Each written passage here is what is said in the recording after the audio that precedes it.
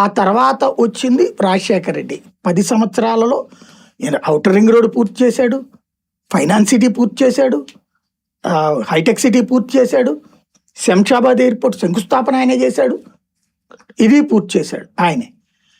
ఆ తర్వాత మెట్రో ఆయన హయాంలోనే శంకుస్థాపన జరిగింది. పూర్తి చేసింది కేసీఆర్. మధ్యలో రోశేఖరన్ కుమార్ రెడ్డి వల్ల కూడా కాలం కేసీఆర్ వచ్చాక జరిగింది.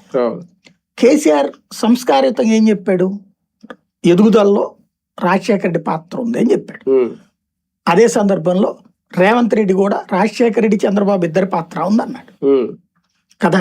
మొత్తం నేనే అని చెప్పుకోవట్లేదు కదా వాళ్ళు. ఆ సంస్కారం మన దగ్గర ఎందుకు పోయింది ఇక్కడ?